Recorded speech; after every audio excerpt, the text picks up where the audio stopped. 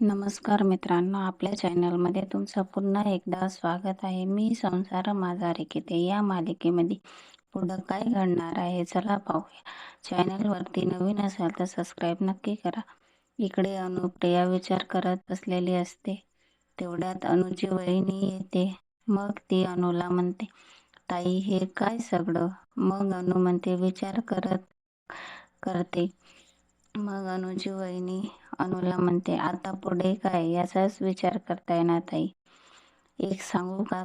राग नको माणूस हा, पण मला काय वाटतं ना, आता बस, खूप सहन केलास, खूप त्रास सहन केलास, आता नको, तू डिवोर्स घेऊन टाक. अगं असं काय बोलतेस? काय चुकीचं बोलते मी? ताई अगं इतकं विकृत माणसाबरोबर कसं काय राहू शकतेस? अजून नातं कसं काय ठेवू शकतेस? अलीकडे तुझी अवस्था बघितली. तेवढ्यात अनु चिडते आणि म्हणते, दिव्या बस झाला. माझा नवरा माझ्याशी कसाही वागला, कसाही त्रास दिला तरी त्यांना मनात येईल ते बोलण्याचा अधिकार मी कोणालाही दिलेला नाही, अगदी तुला सुद्धा नाही. मग दिव्या म्हणते, ओके ताई, शांत हो. अगं मी फक्त तुझ्याच बोलण्याचाच विचार करत होते म्हणून बोलले.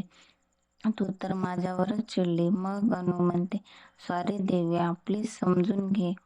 मला काहीही बोलली तरी मी ऐकून घेईल, पण ह्यांना कुणी काही बोललं ना तर मला नाही सहन होत.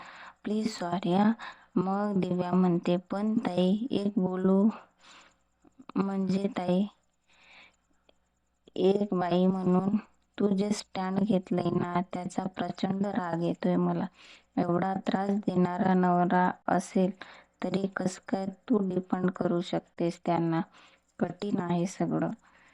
मग चला पाहूया अनुचा पुढचा निर्णय काय असेल उद्याच्या व्हिडिओमध्ये पाहूया. व्हिडिओ आवडला असेल तर नक्की लाईक करा आणि सबस्क्राईब